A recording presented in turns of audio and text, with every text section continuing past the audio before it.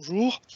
Donc avant de commencer ma présentation de Caravane, la base de données sur les essences de Climessence, je tiens à rappeler que les contenus de cette base, alors, hop, petite difficulté, voilà, que les contenus de cette base sont le fruit d'un travail d'équipe qui a regroupé des personnels de l'ONF, de l'INRAE, de l'IEFC et du CNPF-IDF, avec une mention particulière pour Thierry Lamant de l'ONF, qui est l'auteur d'un grand nombre de fiches initiales, sachant que ces fiches sont relues abondamment. Sur cette première diapositive, vous voyez 3 petits points de suspension. Alors, ces petits points de suspension que vous voyez en fin de liste font allusion à ceux qui, demain, nous aideront à mettre à jour Climessence ou à apporter de nouvelles essences et que l'équipe Climessence accueillera avec plaisir. Mais avant de passer à la démo de Caravane, j'aimerais vous présenter quelques chiffres de cette caravane. Alors, tout d'abord, le chiffre 1, pour une philosophie. Oui, dans Caravane, on a une philosophie, c'est d'afficher ce que l'on sait, mais aussi d'afficher ce que l'on ne sait pas. Dans le cas du changement climatique, c'est quelque chose d'important, hein. On a beaucoup d'incertitudes, donc il faut afficher les certitudes et les incertitudes. Oui. 149. 149 pour 149 essences décrites aujourd'hui. Parmi ces essences, il y a 110 résineux et 39 feuillus. On a beaucoup plus avancé sur les résineux que sur les feuillus. Donc les prochaines fiches qui seront destinées à être affichées seront essentiellement des feuillus. 37. 37 pour 37 critères descriptifs qui permettent, disons, de couvrir l'ensemble, disons, des problématiques et des informations qu'on cherche à avoir sur les essences. Et puis 3, pour 3 originalités du site. Effectivement, ce site, il existe d'autres sites sur les essences qu'on peut consulter sur le net. Mais là, on a essayé d'avoir comme première originalité des critères utiles aux praticiens. Deuxième originalité, avoir une notation pour chaque critère. Et enfin, un élément important qui est une originalité, c'est d'avoir la transparence de l'information. On verra tout à l'heure de quoi il s'agit exactement. Donc maintenant, nous allons passer à la démonstration du site Climessence. Et là, je passe sur le site Climessence tel qu'il s'affiche quand vous arrivez, quand vous vous connectez. Donc là, ce qui nous intéresse, nous, pour ma partie, ça va être l'onglet Fiches espèces qui regroupe justement toutes ces informations sur Caravane. Donc, on a trois sous-menus, Fiches espèces, comparaison d'espèces, comparaison pour une sélection de critères. Donc, nous allons tout de suite voir les fiches espèces.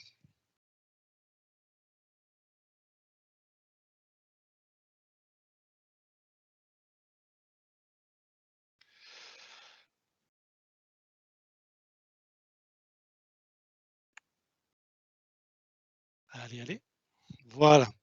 Alors, à l'affichage, quand on a cliqué sur l'onglet Fiches espèces, à l'affichage, on a l'ensemble des 149 essences qui s'affichent, qui sont décrites sur le site. Alors, ces essences sont classées par ordre alphabétique du nom vernaculaire français. D'accord? Donc là, on va passer sur les chênes, ensuite les cyprès, les Douglas, etc. Alors, ce qu'on peut faire aussi, c'est, alors on peut cliquer sur l'essence pour avoir la fiche de l'essence, mais on peut aussi passer par le sélecteur à gauche qui permet, disons, de taper une essence que l'on cherche. Ça évite de faire défiler toute la liste des essences. Et là, donc, je vous propose qu'on aille voir la fiche être. Donc voilà, j'ai sélectionné la fiche être. Alors, vous tapez le nom latin ou le nom français, de toute façon, la sélection va se faire et on applique le filtre. Tout de suite, sur ce filtre, sur cette fiche, nous voyons, donc c'est la fiche du être, nous voyons des informations liées à la classification botanique, les noms latins et courants. Nous voyons ensuite des illustrations photographiques. Alors, pour toutes les essences de climescence, on aurait pu mettre beaucoup de photos, mais on s'est restreint à 3 photos, hein, à une photo de fruits, à une photo de feuilles et à une photo de porc à l'âge adulte. Parmi les illustrations, nous avons une autre illustration qui est l'aire naturelle de distribution. Et nous avons ensuite 2 autres illustrations qui est l'écogramme, qui est une représentation avec un gradient d'acidité et un gradient hydrique et qui présente la position de l'espèce à l'intersection de ces 2 gradients. Et nous avons ensuite une dernière illustration qui est les références en France concernant cette essence. Donc là, nous avons une cartographie des expérimentations principalement de l'ONF et du CNPF, mais dans un avenir très très proche, nous aurons aussi les expérimentations menées par les autres organismes forestiers que sont le FCBA et l'INRAE. Après avoir vu ces illustrations, je vous propose de revenir sur le point important, disons, de ce site, que sont les chapitres de description de chaque essence. Nous avons 8 chapitres.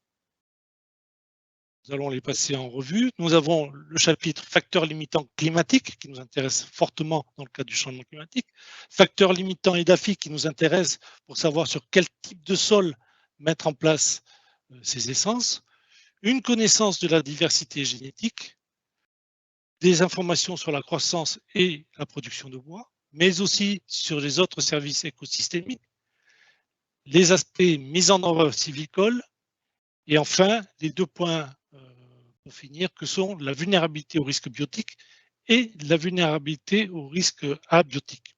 Ce qu'il faut savoir, c'est que chacun de ces chapitres est ensuite composé de plusieurs critères qui permettent de décrire les essences.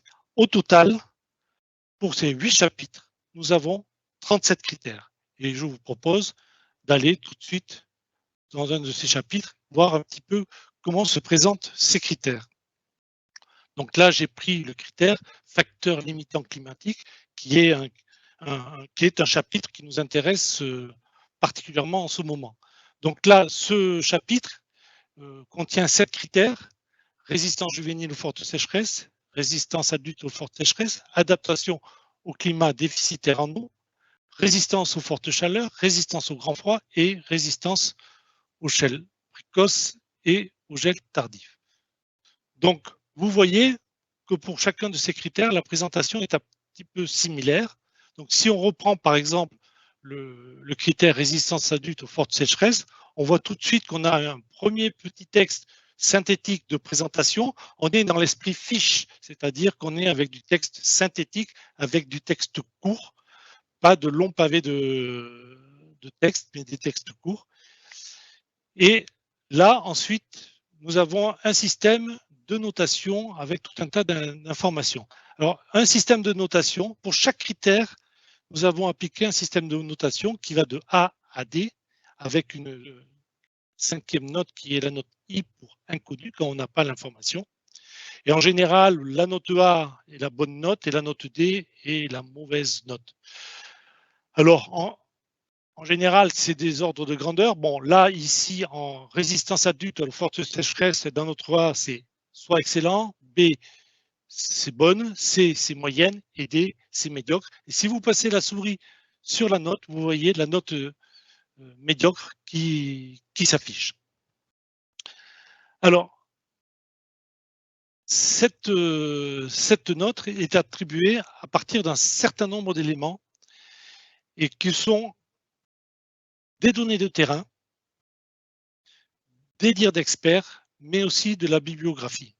Alors, les petits arbres que vous avez sur le type de source indiquent la quantité de références que l'on a. C'est-à-dire que si on a un arbre, on n'a pas beaucoup de références. Si on a 2 arbres, elles sont conséquentes. Si on a 3 arbres, elles sont très abondantes. Donc, soit les informations de terrain sont peu ou abondantes, et pareil pour les données d'experts. Et ces informations-là nous permettent ensuite, disons, de définir une note de fiabilité qui va de 1 point gris à 2 points gris, voire 3 points gris. 1 point gris, la fiabilité est faible. 2 points gris, la fiabilité est moyenne. 3 points gris, la fiabilité est bonne. Donc, vous voyez, on donne une information, on donne nos sources, mais on donne aussi la fiabilité qu'on peut avoir sur cette information-là. On peut avoir des sources, comment dire, contradictoires qui vont réduire la fiabilité. C'est pour ça qu'on a besoin de beaucoup de sources.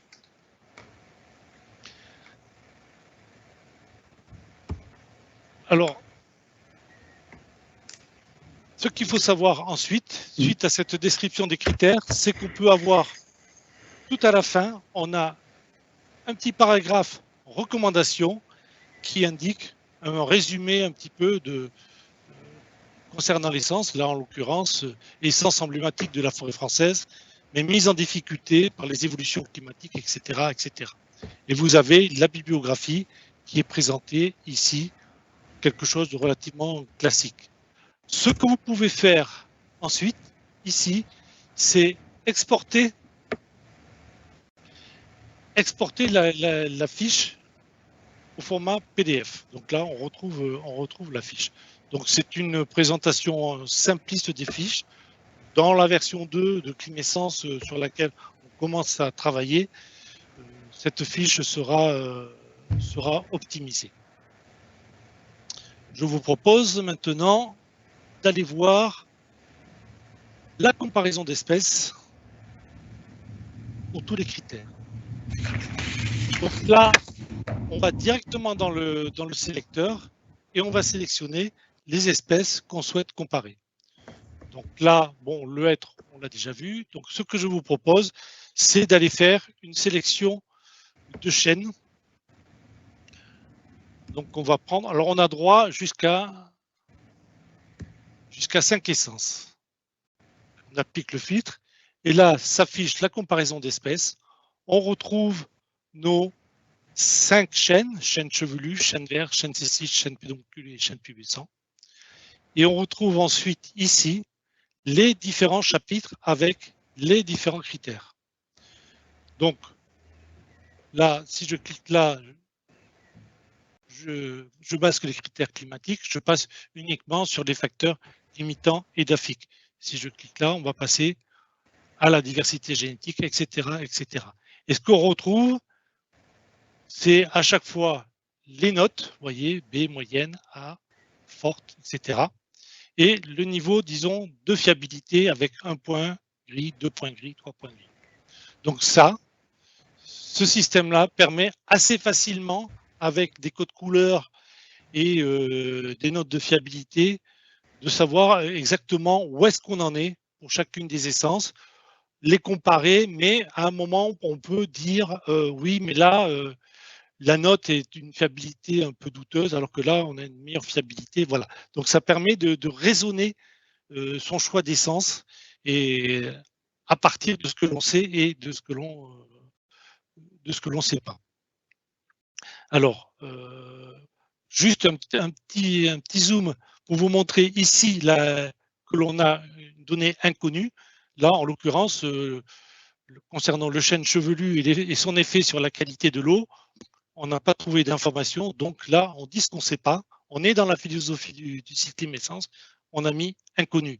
L'objectif pour nous, maintenant, c'est de mettre une information et de la fiabiliser derrière.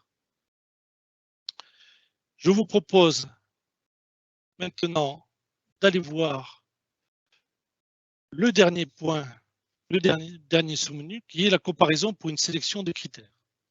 Donc là, tout à l'heure, on est rentré par les essences et on a vu ce que donnaient les critères. Là, l'idée, c'est l'inverse.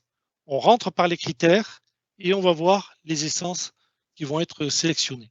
Donc, je vous propose, bon, on est dans le cadre du changement climatique, donc on va sélectionner de critères climatiques. Un, la résistance adulte aux fortes sécheresses. On va sélectionner un deuxième, la résistance aux fortes chaleurs. Bon, le climat, c'est bien, mais quand on est forestier, le sol est un élément important.